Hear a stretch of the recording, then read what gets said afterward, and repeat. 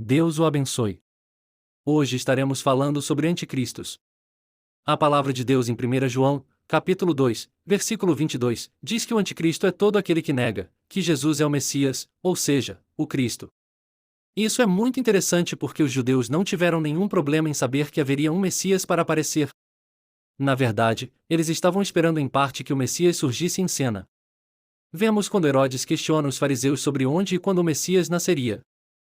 Disseram-lhe o lugar e também esperavam a sua hora, porque havia profecias, como estas em Gênesis 49, sobre a vinda daquele que lhe pertence o direito, ou cetro, quando não houver legislador em Judá. Já se sabe que naquela época não reinava ninguém da dinastia davídica, mas sim os herodianos impostos pelo Império Romano. Também as 70 semanas de Daniel, a profecia mais emblemática que se conhece sobre o tempo do aparecimento do Messias. Portanto, o conflito do judeu não é sobre se o Messias viria ou não. Na verdade, eles esperavam que viesse, como eu já disse. O problema surge sobre quem iria desempenhar o papel do Messias. Ou seja, neste caso seria Jesus, o Messias, ou seria outro. Observe como João faz a pergunta: você é o Messias ou estamos esperando outro? Os judeus continuam a fazer essa pergunta. Agora, todo o restante da Bíblia nos diz que, de fato, para Deus, Jesus é aquele em quem ele depositou todas as características, toda a unção e todo o Espírito de Cristo. Basta dizer que Pedro, no livro de Atos, capítulo 2, versículo 42, proclama que Jesus foi feito Senhor e Cristo.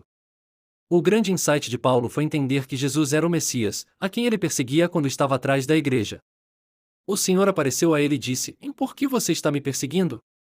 E João escreve o seu evangelho para que saibais que Jesus é o Cristo.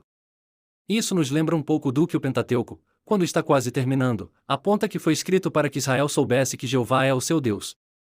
Nisso, João diz praticamente o mesmo, mas referindo-se ao fato de que Jesus é o Cristo. Mas, precisamente João é quem diz que toda pessoa que nega que Jesus é o ungido, o Messias, e nele está conjugado, sendo o profeta, rei e sacerdote por excelência, a tríplice dignidade.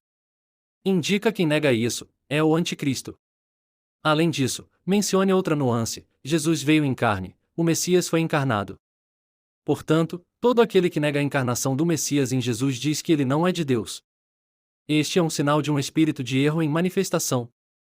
Essa ideia é mencionada primeiro em João capítulo 4, versículo 2 e ele também a aponta em 1 João 4:3.